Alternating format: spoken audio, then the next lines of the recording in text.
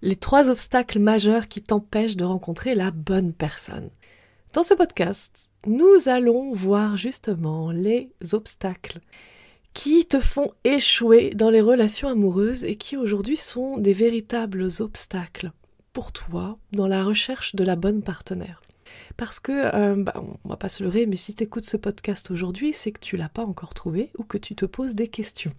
C'est que peut-être tu as rencontré une femme et tu te demandes si c'est vraiment la bonne, et peut-être plus probablement que tu n'as pas rencontré encore de femme et que tu te demandes vraiment comment faire.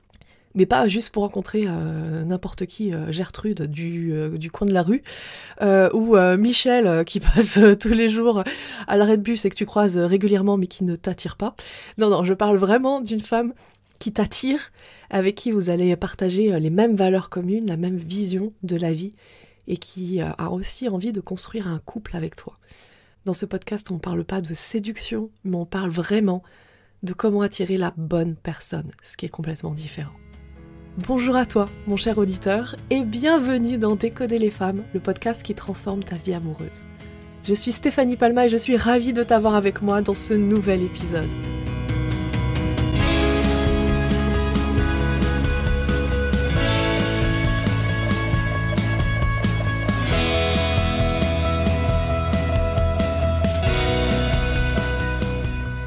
Alors, quel est ce premier obstacle qui t'empêche de rencontrer et puis de conquérir cette personne idéale, cette femme idéale avec qui tu vas avoir une relation merveilleuse dans ta vie?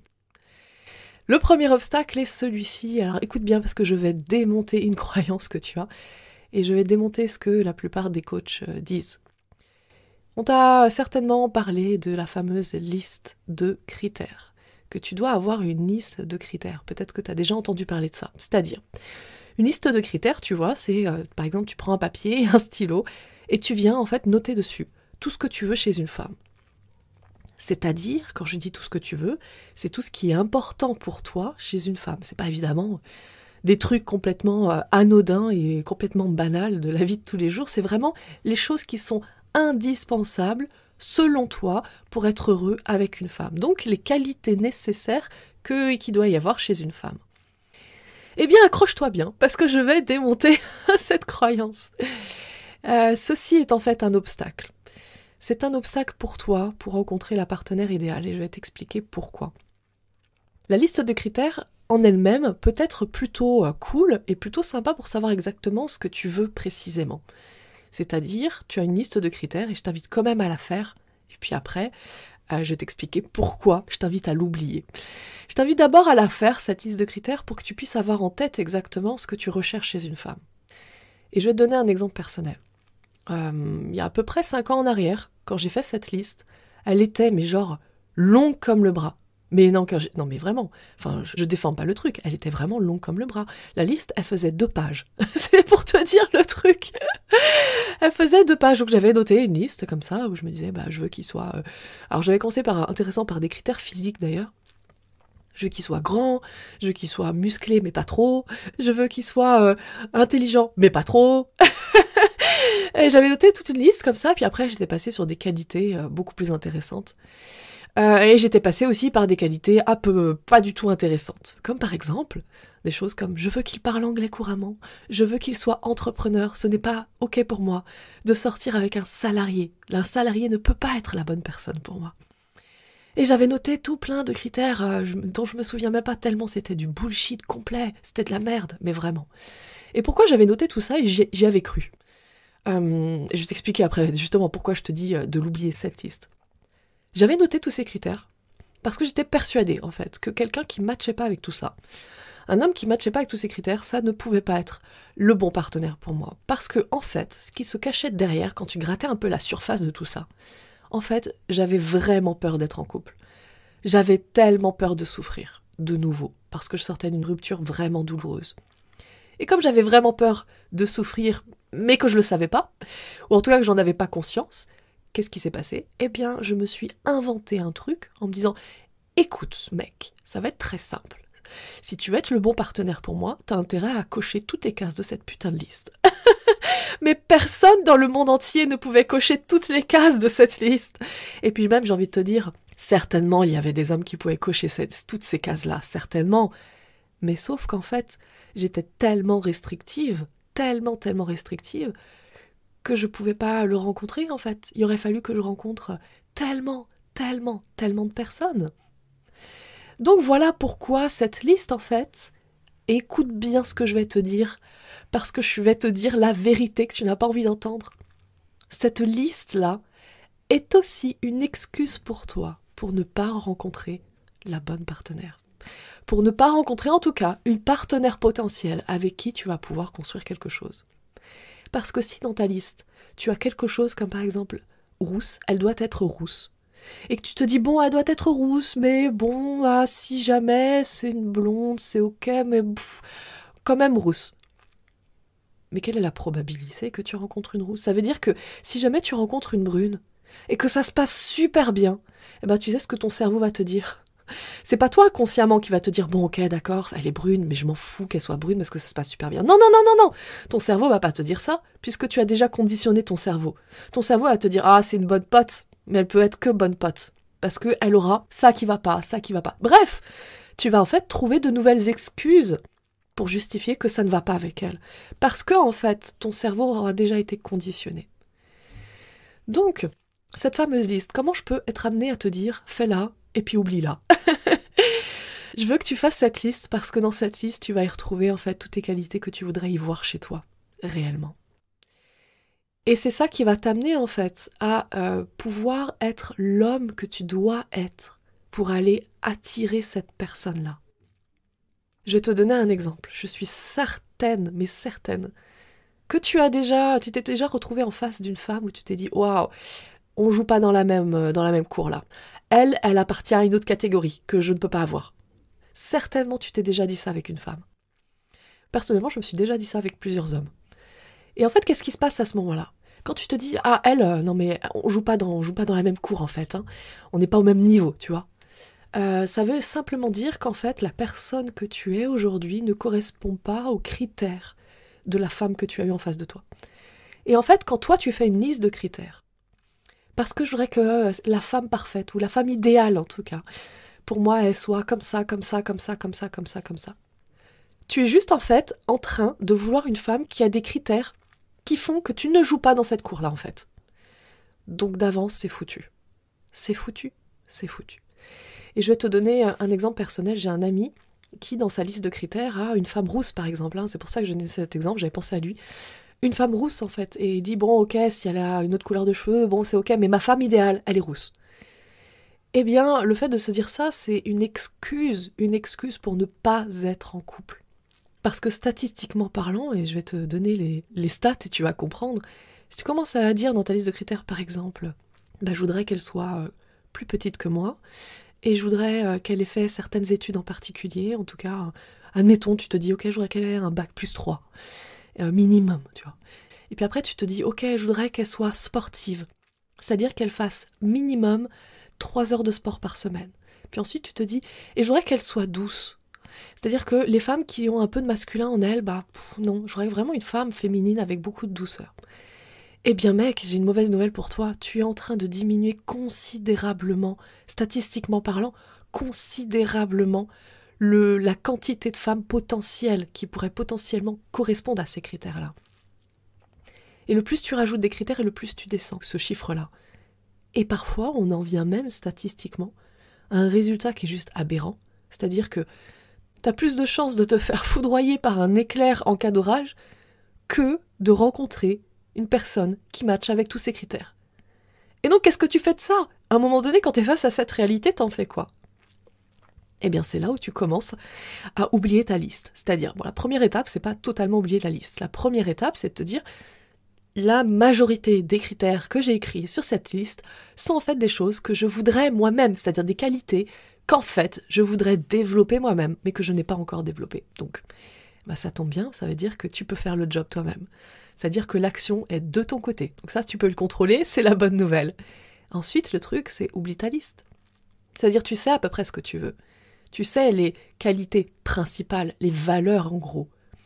Finalement, on parle de valeurs, les valeurs essentielles. Mais parmi les valeurs essentielles, je vais te le dire, il y a qu'elles soient disponibles pour une relation amoureuse et qu'elle soit prête à s'investir dans une relation amoureuse. Après, est-ce que sincèrement tu y verrais d'autres valeurs?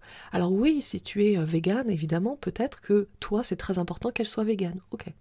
Si par exemple, et je vais te donner un autre exemple à l'opposé, qui est un exemple qui j'espère va te faire rire, si toi tu aimes frapper des enfants, eh bien peut-être que tu vas vouloir une femme qui aime aussi frapper des enfants. Tu vois ce que je veux dire, pour avoir des enfants et pouvoir les frapper. Alors évidemment c'est une blague, d'accord? C'est vraiment une blague, ne pas frapper ses enfants, ok? Je plaisante là-dessus. Ce que je veux dire par là, c'est qu'il y a des choses qui vont être extrêmement importantes pour toi dans la vie en général. Et c'est ça en fait que tu dois retrouver dans la liste. Uniquement ça, et pas des critères en termes de qualité que tu voudrais retrouver chez quelqu'un d'autre. Parce que finalement, les seules qualités que tu veux voir chez une femme, et en tout cas chez la femme idéale pour toi, c'est qu'elle soit libre aujourd'hui, pas en couple, et qu'elle soit prête à s'engager dans une relation amoureuse, qu'elle veuille s'investir dans une relation amoureuse. Le deuxième obstacle qui t'empêche d'attirer la partenaire idéale, eh bien, c'est tes propres comportements que tu as avec toi-même, en fait. C'est-à-dire à quel point toi-même, tu t'auto-sabotes dans tout ça. Peut-être que tu fais partie justement des hommes qui m'ont envoyé des mails pour me dire « Stéphanie, je voudrais rencontrer quelqu'un, je voudrais rencontrer une femme avec qui ça match tout de suite, mais je veux pas sortir de chez moi, je veux pas me mettre sur les réseaux sociaux, c'est-à-dire sur les sites de rencontres, et puis j'ai pas vraiment envie de faire de nouvelles activités. » Eh bien, j'ai envie de te dire, merde, hein, ça veut dire que tu es en train de t'auto-saboter, qu'en fait, en réalité, tu ne veux pas réellement mettre en place d'action, tu ne veux pas vraiment sortir de ta zone de confort pour aller t'exposer à la face du monde, c'est-à-dire te montrer aux yeux des femmes et puis du coup devenir vulnérable, parce que quand tu t'exposes aux yeux des femmes et que tu as envie de démarrer une relation, eh bien tu deviens vulnérable. Tu ne peux pas en fait, hein, on est d'accord, tu ne peux pas rencontrer des femmes pour créer une relation amoureuse si toi, toutes tes barrières sont fermées, tout est cloisonné, ton cœur est verrouillé et t'es pas prêt à t'investir. Si tu veux vraiment rencontrer une femme, tu dois d'abord pouvoir sortir, rencontrer des nouvelles personnes. Et puis avec ces nouvelles personnes que tu auras rencontrées, l'objectif, c'est que tu t'ouvres, c'est-à-dire que tu ouvres ton cœur, que tu te mettes en vulnérabilité pour que les personnes puissent voir qui tu es réellement. Et donc pouvoir savoir si vraiment il y a un feeling qui passe ou pas. Et si aujourd'hui tu ne veux pas te sortir de chez toi, t'as pas trop envie, t'as pas envie de faire de nouvelles activités, t'as pas envie de te mettre sur les sites de rencontres parce que un jour, à un moment donné, il y a 10 ans en arrière, t'as testé, ou je sais pas, il y a 2 ans, allez, il y a 2 ans en arrière, tu as testé, et tu t'es dit c'est de la merde, j'en ai marre, de toute façon, nous les hommes, c'est n'importe quoi, c'est compliqué, faut toujours qu'on discute avec 10 000 femmes pour avoir au moins un rendez-vous. Si t'es pas prêt à jouer ce jeu-là, t'es pas prêt à jouer le jeu de l'amour. Parce que le jeu de l'amour, c'est ça. Je sais pas si tu te souviens quand tu étais à l'école, il y a un petit moment déjà en arrière, même pour moi c'était un petit moment en arrière. Quand tu étais à l'école, qu'est-ce qui se passait? Il y avait plein de filles dans ton école et puis tu avais certainement eu des coups de cœur à un moment donné, c'est-à-dire vraiment tu ressentais une attirance pour une fille en particulier. Et qu'est-ce qui s'était passé? Donc soit tu restes dans ton coin parce que à ce moment-là tu es timide et que tu as trouvé toutes les excuses du monde pour ne pas aller vers elle, ou soit tu vas vers elle. Si tu ne vas pas vers elle, quel est le résultat? Il se passe rien. Et tu as dû déjà l'expérimenter au moins une fois dans ta vie. Et si tu vas vers elle, qu'est-ce qui se passe? Eh bien, potentiellement, tu peux avoir une relation avec elle. Parce que à partir du moment où tu vas vers elle, tu as déjà fait 50% du travail. 50% du travail. Et là, aujourd'hui, tu es adulte, majeur, responsable. Et tu cherches à continuer à te cacher derrière des excuses, certainement. Les excuses de « j'ai pas le temps ». Oui, mais tu comprends Stéphanie, moi j'ai déjà 2 enfants, j'ai pas le temps. Oui, mais Stéphanie, attends, ok, toi tu parles des sites de rencontres, mais c'est facile, toi t'es une femme. Moi je suis un homme, ok? Donc tu peux pas savoir ce que c'est. Et donc tout ça, je sais que c'est difficile pour vous les hommes de décrocher des rendez-vous. Mais ça fait partie du jeu. Ça fait partie du jeu de l'amour. Maintenant, si le jeu tu le prends de façon dramatique, en te cachant derrière des excuses, je ne veux pas sortir, je n'ai pas le temps, je ne veux pas aller sur des sites de rencontres, je ne veux pas aller à cette soirée où on m'invitait où il y aura des nouvelles personnes parce que je suis fatiguée, c'est vendredi soir et j'ai envie de dormir. si tu agis comme ça, eh bien tu auras les résultats qui sont liés à tes décisions, c'est-à-dire des résultats que tu veux pas vraiment avoir en fait. Mais comme je l'ai dit, tu es adulte, responsable, majeur, et donc tu as les conséquences de tes actions. Donc, si les conséquences ne te conviennent pas, tu dois changer les actions. Et les premières actions, si tu veux rencontrer la personne idéale, la femme idéale, tu dois rencontrer des gens, tu dois rencontrer des femmes. Ça veut dire pour toi, eh bien sortir. Sortir de chez toi, faire des choses que tu aimes en particulier. Parce que évidemment, le plus difficile quand on veut vraiment faire des nouvelles rencontres, eh bien c'est de se dire putain, va falloir vendredi soir, alors que je suis épuisée de ma semaine, que je sors dans un endroit où j'ai pas vraiment envie, alors qu'il pleut et qu'il fait froid et qu'il vente et juste j'ai pas envie et c'est loin, il faut que je prenne la voiture et il y aura des bouchons et ça va me faire chier. Donc évidemment, c'est pas la solution. La solution, c'est de faire des choses que tu aimes. Le plus tu fais des choses que tu aimes, que tu es sûr d'adorer, et le plus ça va être ok pour toi. Je vais te donner un exemple perso. Une fois, j'ai rencontré un homme dans la rue, et puis je sais pas, le courant est bien passé, il m'a demandé si je pouvais... il m'a demandé mon numéro, et j'ai dit oui. Et donc du coup, il m'a recontacté plus tard, et à un moment donné, il m'avait dit, écoute, viens, ça dirait qu'on allait boire un verre, je te donne rendez-vous à 19h à tel endroit. Et je lui ai dit ok. Et en fait, j'étais sur le chemin en train de marcher pour me rendre à ce bar-là. Et tu vois, sur le chemin, je reçois un SMS de lui, genre 10 minutes avant, en disant « Hey, salut, je suis désolée, je vais être en retard. » Et là, je me dis « Mais quel enfoiré, écoute, si au premier rendez-vous t'es en retard, c'est mort, quoi. » Et moi, je m'étais dit dans ma tête « Écoute, je vais aller ailleurs, parce qu'au moins, je suis sûre qu'avec moi, je vais passer une bonne soirée. Et j'aurais choisi le bar. Et donc, je vais me faire des blagues à moi-même, et je vais vraiment me marrer, parce qu'au moins, je suis sûre que moi, je suis une bonne compagnie avec moi. Je suis sûre que moi, je me fais marrer. » Et je vais juste aimer le lieu, je vais aimer ce que je vais boire, je vais peut-être même commander à manger si j'ai faim. Bref, et je vais être avec ma compagnie et je vais vraiment kiffer la soirée. Et le truc, c'est que j'avais décidé quand même de lui laisser une chance. Mais est-ce que tu vois le truc? Tu vois que ça a été dur pour moi et ça m'a demandé un effort, en fait, d'accepter qu'il soit en retard. Pourquoi? Parce qu'à la base, il m'avait donné rendez-vous dans un café que j'aime pas forcément. Et puis dans un lieu où c'était à une demi-heure à pied de chez moi, il fallait que je marche une demi-heure. Alors, il y avait tous ces trucs-là qui faisaient que bon... et puis en plus, un mec qui se pointe en retard, tu vois, ça allait pas forcément être un bon rendez-vous. Bon, il s'est avéré que c'était un bon rendez-vous. Mais ça, c'est le fruit du hasard. Et donc toi, c'est la même chose. La personne que tu vas avoir en face, quand tu arrives à avoir un rendez-vous, tu sais pas si c'est une personne avec qui tu vas bien t'entendre ou pas. Tu sais pas si au bout de 5 minutes, tu vas te dire « Oh mon Dieu, comment faire pour me sortir de cette situation ? Cette femme est juste horrible !» Peut-être que tu vas te dire ça, peut-être que tu vas te dire « Bon ok, d'accord, juste ferme ta gueule, j'ai juste envie de coucher avec toi, puis c'est tout parce que en fait, il y a aucune accroche. Il y a rien, il y a pas de dynamique, il y a pas ce que tu dis c'est bête, juste tais-toi, tais-toi, juste on couche ensemble et c'est tout, je peux plus te revoir. Ou pourquoi pas juste pour coucher ensemble. » Peut-être que tu vas te dire ça, et dans ce cas-là, si tu passes une mauvaise soirée, bah c'est dommage pour toi. Donc assure-toi d'aller dans un endroit que tu aimes.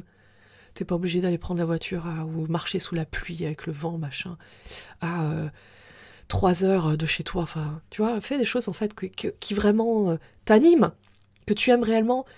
Et en fait, du coup, ça sera plus un obstacle pour toi. Et c'est le meilleur moyen. Le meilleur moyen sur les sites de rencontres, c'est de le prendre comme un jeu. Il n'y a pas d'enjeu dans les sites de rencontres, ce n'est qu'un jeu. Et donc prête-toi ce jeu-là. Vas-y, lance-toi et amuse-toi. L'objectif, c'est de t'amuser, prendre du plaisir à discuter avec plein de personnes. Prends du plaisir à être ghosté. Prends du plaisir à ce que les femmes ne te répondent plus. Prends-le comme un jeu. Prends-le vraiment comme un jeu. C'est-à-dire, c'est une loterie, c'est... Bah tu sais quoi, t'as pris le ticket, c'était le numéro 83. Eh ben c'est pas le bon numéro qui est sorti. Bon bah c'est un jeu, c'est comme ça. Et puis un jour, bah tu sais quoi, ça tombera sur le numéro 83. Et puis à ce moment-là, t'iras récupérer le lot, si tu vois ce que je veux dire. Et enfin, on va terminer ce podcast avec le 3e et dernier obstacle, qui est le principal. Alors écoute bien, ça va déménager. Le principal obstacle, c'est celui que tu ne veux pas t'avouer à toi-même, que tu ne veux pas accepter. Je peux te dire ça, vraiment, je t'assure que c'est comme ça. Pourquoi ? Parce que les hommes que j'accompagne, à qui je leur parle de cet obstacle-là, ils sont toujours dans le déni. Ils sont toujours en train de dire « Mais non Stéphanie, c'est pas ça. Mais non, t'as pas compris. » Et puis, au bout de 5 minutes, ils me disent « Ouais, ok, d'accord, en fait, je crois que t'as raison. » En fait, en réalité, si aujourd'hui tu es célibataire, si aujourd'hui tu as du mal, et tu n'arrives pas à être en couple, et tu n'arrives pas à être en relation amoureuse, on va l'appeler comme ça, dans un couple qui vraiment fonctionne, c'est parce que tu ne veux pas être en couple. C'est-à-dire que consciemment, tu veux, mais inconsciemment, tu ne veux pas. Et puis, j'ai quelque chose d'important à te dire, à te révéler là, c'est que tu as beau vouloir quelque chose consciemment, c'est pas ça qui pèse le plus lourd dans le game. Ce qui pèse le plus lourd dans le game, c'est ce que tu veux inconsciemment. Parce que l'inconscient, par définition même, on n'en a pas conscience, sinon ça serait notre conscient. Donc ton inconscient, t'en as pas conscience, donc tu peux pas savoir en fait à quel point il maîtrise ta vie. Tu peux pas savoir ça en fait. Ton inconscient, admettons, si on devait donner une taille, tu vois, juste pour voir un petit peu l'ordre, la différence d'ordre de grandeur entre le conscient et l'inconscient. Admettons, si on dit que l'inconscient avait la taille de la tour Eiffel, eh bien on pourrait dire que le conscient à côté aurait la taille d'un Playmobil. Playmobil versus tour Eiffel.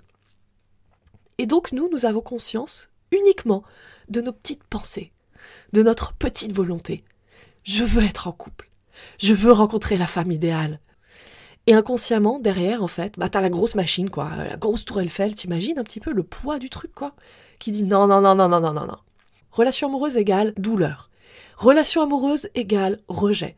Relation amoureuse égale impuissance. Relation amoureuse égale nanana. Bref, tout ce que tu as pu te dire auparavant par le passé, dans tes précédentes relations, qui sont encore là, inscrits en arrière-plan, qui te dit non, surtout pas, n'y va pas.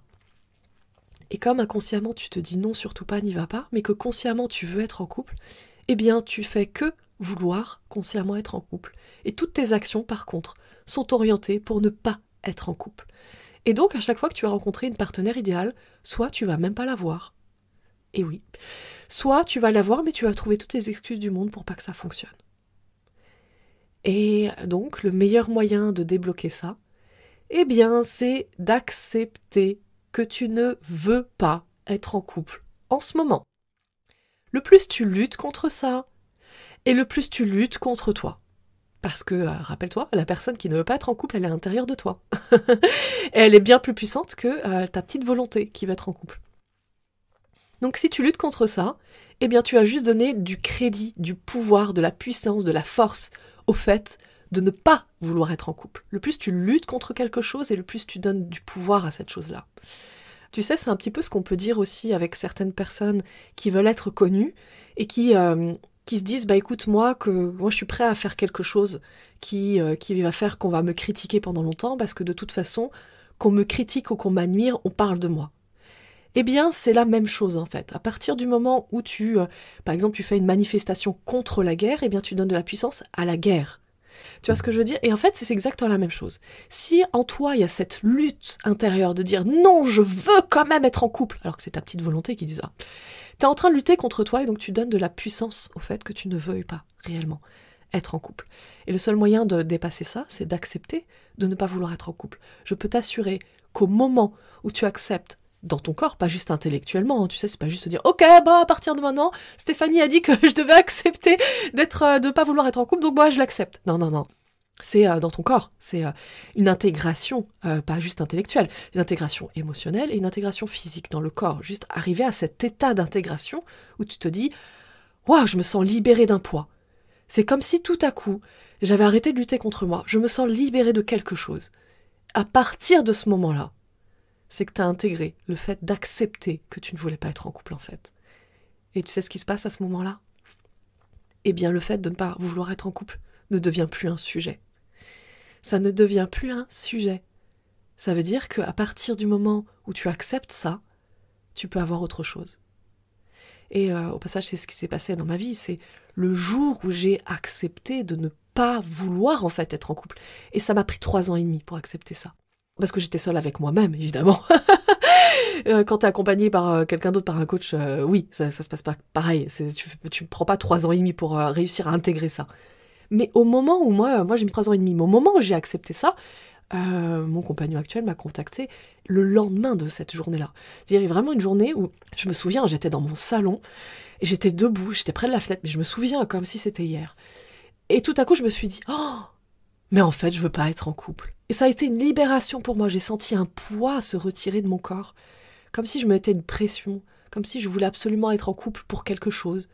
Et qu'en fait, j'avais accepté qu'au fond de moi, je ne voulais pas être en couple. Je me suis sentie mais tellement libérée, mais tellement libérée.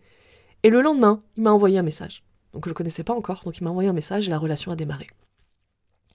Et ça, c'est impressionnant de savoir que ça faisait 3 ans et demi que je galérais. Je me disais, je vais être en couple, et ça marchait pas, et ça marchait jamais. Et j'étais transparente envers les yeux des hommes, ou alors j'attirais personne, ou je rencontrais personne de nouveau.